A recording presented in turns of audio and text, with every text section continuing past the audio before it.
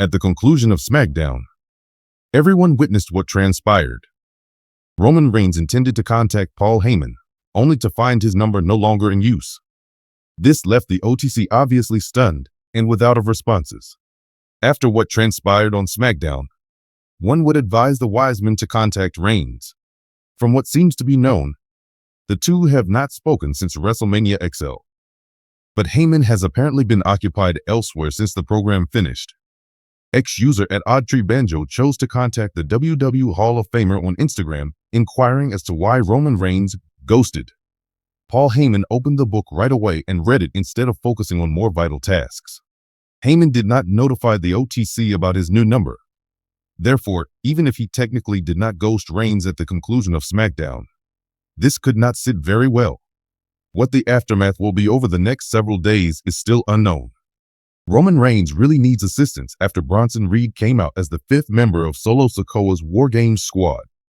Nobody wants to partner with the All Bloodline, hence they are left in disarray. Paul Heyman is much needed, particularly after Sami Zayn and the Usos' fruitless searches for a buddy. Roman Reigns, the tribal chief, has always been presented as a commanding presence in WWE, an unwavering character with conditions and respect demanded. Complementing Paul Heyman, the two have created one of the most successful and perilous professional wrestling coalitions ever. As history often indicates, however, the bond between Reigns and Heyman has been a complicated one based on mutual benefit, with underlying tensions just ready to erupt. Following this week's WWE SmackDown, those tensions might simply explode, and it is obvious Roman Reigns won't be pleased with what Paul Heyman did. An instance of treachery? A bad timing choice? Maybe something darker still? Let's dissect what transpired and explore why Reigns would not be happy. The rule of Roman Reigns as Universal Champion has been absolutely historic. Turning villain in 2020, Reigns has changed the WWE scene by aligning himself with Paul Heyman and establishing his own empire out of SmackDown.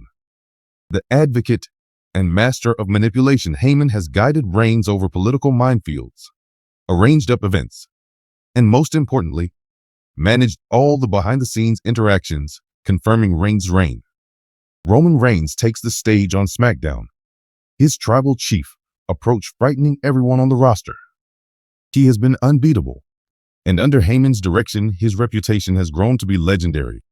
But in recent weeks, there have been faint indicators that Reigns' faith in Heyman is beginning to fade, an uncomfortable feeling that cannot be disregarded. The events after SmackDown unfolded in a manner none of us saw approaching. Roman Reigns was standing tall in the center of the ring at the conclusion of the program, having effectively defended his Universal Championship against an opponent who dared to question his authority. The typical retinue of officials and security cleared a path as Reigns strolled to the rear, and Paul Heyman, as usual, was at his side.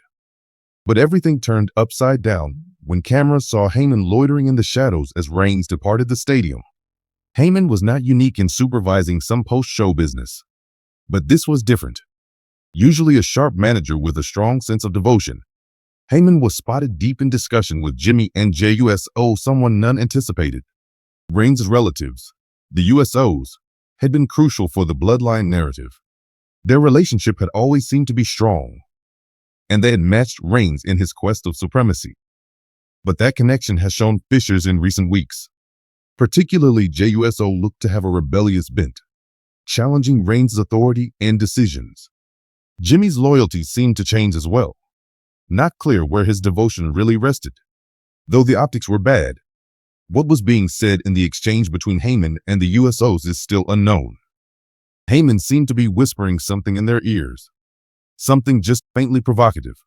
Their leaning in and nodding, as Heyman indicated, strongly suggested something underhanded was about to happen.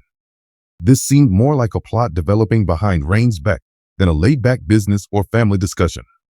Roman Reigns is not a guy that welcomes treachery.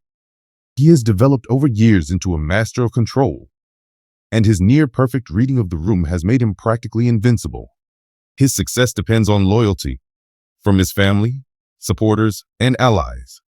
Paul Heyman has always had a special role with Reigns, even with his sporadic power moves and dubious choices. Reigns refers to the wise man who has been a guiding light, but there is cause to suspect Heyman may be playing his own game now. Should Heyman be indeed trying to influence the USOs into some kind of mutiny or power move against Reigns, it may set up one of the most spectacular events in WWE history. Since the bloodline is a holy institution, Reigns has always guarded it. Should Heyman be plotting with the USOs, it is a direct attack on everything Reigns has created. Even more damaging would be if Reigns discovers Heyman behaved without knowing. This would be seen as a breach of their confidence, a behavior akin to a power grab. Reigns has always made it quite obvious that he is the tribal chief, the unquestionably leader, and anybody who deviates runs the danger of his fury. Should Paul Heyman be scheming against him, even in little measure, the consequences might be disastrous for the guy who once stood next to him. The supreme strategist, Paul Heyman, would risk betraying the guy who has bestowed upon him such power. Remember too that Heyman has always been a guy driven on advancing his own goal. Paul Heyman has seldom stayed around when the tide starts to change. With all his rhetoric about devotion, through situational adaptation and manipulation to suit him, he has lasted in the competitive realm of professional wrestling. Regarding Roman Reigns, maybe Heyman senses a change coming. Perhaps he feels that Reigns' rule as Universal Champion is fraying and is seeking a means of aligning himself with the USOs, a family still very much part of the bloodline. Supporting the USOs would let Heyman establish himself as the next wise man, someone able to control family dynamics and guide the bloodline in a different path. Heyman could view this as a chance to forge his own road to dominance, as the USOs have become restless, and with a possible rift between them and Reigns. On the other hand, Heyman could have just misunderstood the circumstances, thinking he could play both sides of the fence. If such is the case, he has misjudged rather badly, and the results will be disastrous. The fallout. Will Heyman live through? Roman Reigns' response will determine the aftermath from this. The tribal chief will not hesitate to strike should he discover Paul Heyman has been plotting behind his back. Although Reigns has already faced several challenges to his supremacy and crown, this treachery would be personal. Would Heyman get fire from Reigns? Would he reverse on the USOs? Alternatively, could this be the start of a new chapter in the bloodline narrative, when Reigns removes anybody who dares challenge his authority, thereby consolidating even more control?